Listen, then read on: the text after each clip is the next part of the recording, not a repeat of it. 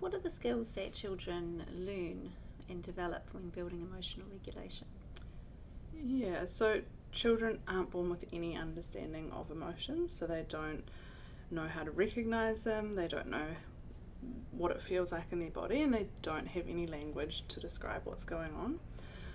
So the first thing is children learn to recognize how it feels in their body and notice what's going on for them. So if they're feeling a little bit anxious, again, noticing the heart racing a little bit, they might feel a bit sick in their tummy or having butterflies in their tummy. So being able to recognise the body cues of what's going on. So once they're able to recognise the emotion, it's then being able to put words to that experience and label it. So we start with the basic emotions, so things like happy, sad, angry, scared. And then as children get older and into adulthood, we learn more complex emotions, so things like jealousy and humiliation. So it's learning how to recognise them, it's learning to put language to them and label what they're feeling. And then it's about how do they manage that emotion? How do they ride out that feeling? And this is things like taking a deep breath, walking outside or talking to someone about what's going on. Yeah. So how do they learn these skills? How does it happen?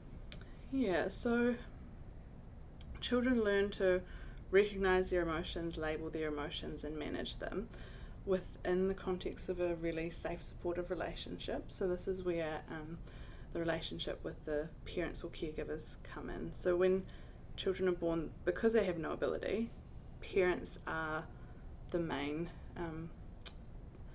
way that they regulate their emotions. So a baby cries, the parent or caregiver will pick them up and soothe them, and so that's the kind of whole regulation in that place. As children develop, parents slowly take less of a role. So even when children are younger, it might be they're left to cry just for a little bit longer, and they might soothe themselves by sucking their thumb. It might be once they're toddlers, parents offer a hug when the toddler's crying. And as they get older, the parents offering suggestions like, shall we go find the dog and see what the dog is doing? And it's just kind of a bit of a distraction and helps take their mind off things. And eventually children start kind of learning this and take on board and begin to do it themselves. But it's not something they learn overnight. It's forever developing, and it's like any other skill. You can't practice a guitar once and be a rock star. We have good days, we have bad days. Just because we've managed it once before doesn't mean that it's going to happen again.